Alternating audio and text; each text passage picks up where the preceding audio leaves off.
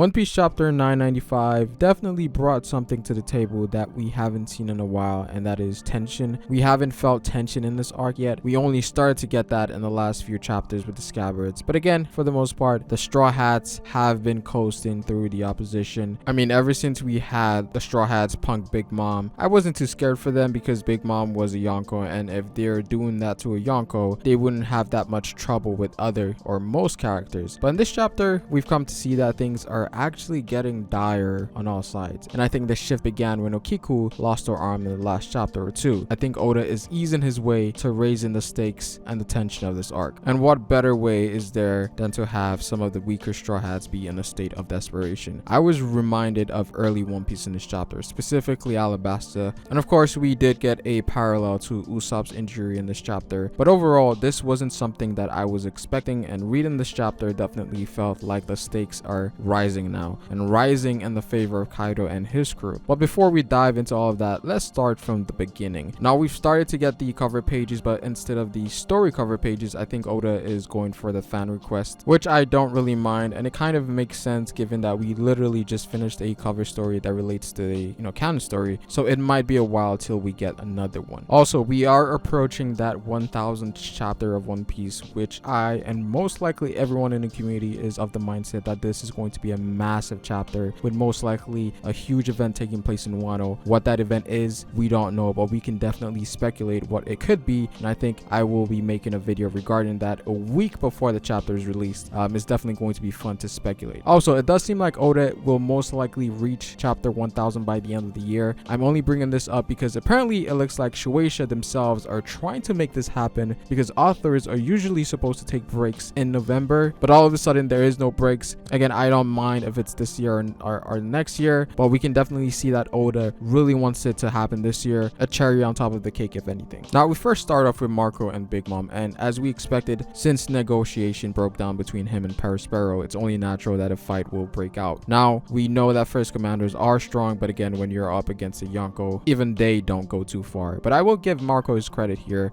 During this encounter, we learned that he's able to hurt Big Mom's homies, well, specifically Prometheus, and up until now, the only way that they were able to hurt these homies were by direct counters like water and soul related abilities like Brook. So it is interesting that Marco is able to affect Prometheus and potentially other homies as well. So is there more to the flames other than regeneration? Most likely, and we'll probably get more answers as we move forward. And the clash between Big Mom and Marco also kind of confirms that Haki could be something that bypasses Marco's regeneration, because we saw that Marco was actually quite fearful of getting hit by Pero's Haki imbued arrow. And I also think that Marco getting hit by Garvin Marineford kind of correlates to this as well, given that that was the only attack that somewhat had an effect on him. So I think there's correlations there. Now, before Perospero could fire the arrows, he was interrupted by Carrot and Wanda in their Sulong form. Now, I've said this before, Carrot's Sulong form is easily my favorite. Yes, even more so than Inu and Neko, and I feel like this because it has a drastic change on her personality and demeanor. Wanda's transformation was also amazing as well. Now, this was a plot point that we saw coming, given the history between Perospero and Pedro, and of course Carrot back in Whole Cake Island. Something that I was worried about, however, is her beating Perospero, because he seems to be a fair bit stronger than her. But given that Wanda is also there to what seems to be a 2v1 situation, that evens the odds out. Now, for the most part, Big Mom has been on the sideline of things despite being on the same tier as Kaido, so I'm actually glad that she seems to be heading towards the main event, whether it's towards Luffy or Kaido and the Scabbards. Interestingly, we haven't seen Law Kid in a while as well, so they could encounter Big Mom on their way. But I feel like something is definitely brewing here, and Big Mom making her way to the main event could tie into the events of what might potentially happen in chapter 1000, because it's supposed to be this grandiose chapter of all time. I've seen people speculate about what it could be, but again, I think Big Mom making her way towards wherever she's going is leading up to this chapter 1000, but we'll see what happens moving forward. Now, moving on to Queen's side of things, of course, Pooh being Queen's guinea pig, he's running all over the place, and for the most part, Zoro and Drake seem to be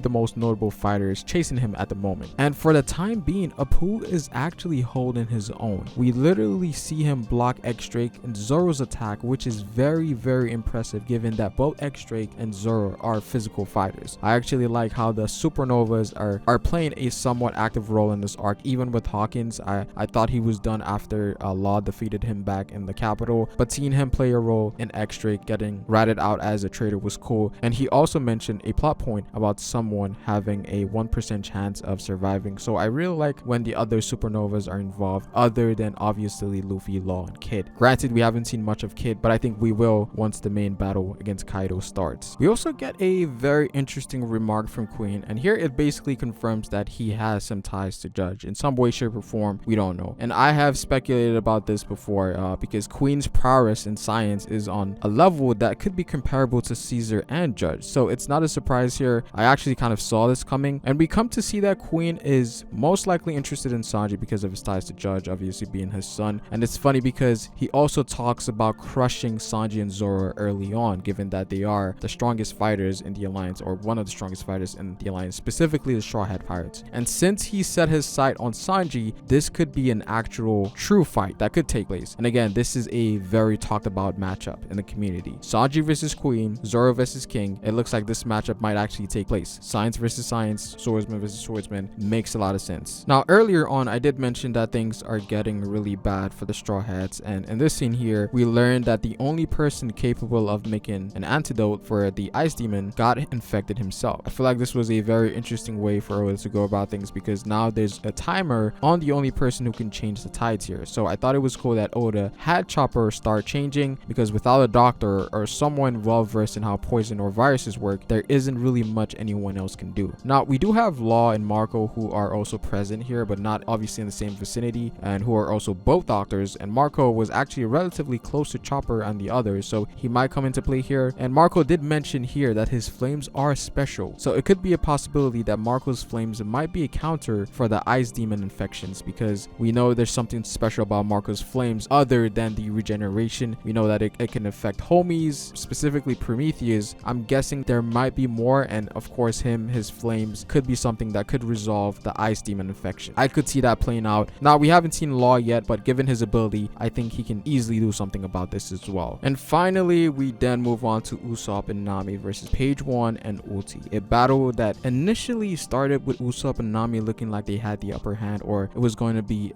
like an even battle or some sort. But this chapter showed us that Nami and Usopp were no match, and it makes sense. We literally have Nami crying her eyes out and begging Ulti not to hit her, but even at their lowest, the Straw Hats will never break, and we see that in Nami in this chapter, with Ulti trying to make her say that Luffy will not become the Pirate King. And of course, even in her state of desperation, she said the opposite, knowing that she could get hurt in return. So Nami was great in this chapter. I actually like seeing the Straw Hats being hurt and actively fighting in dangerous battles that actually has stakes in them. Again, it reminds me of early One Piece, specifically Alabasta. And we were even taken back to Alabasta too, when, you know, Usopp pretty much broke his skull, because something similar happened in this chapter with his nose and his skull.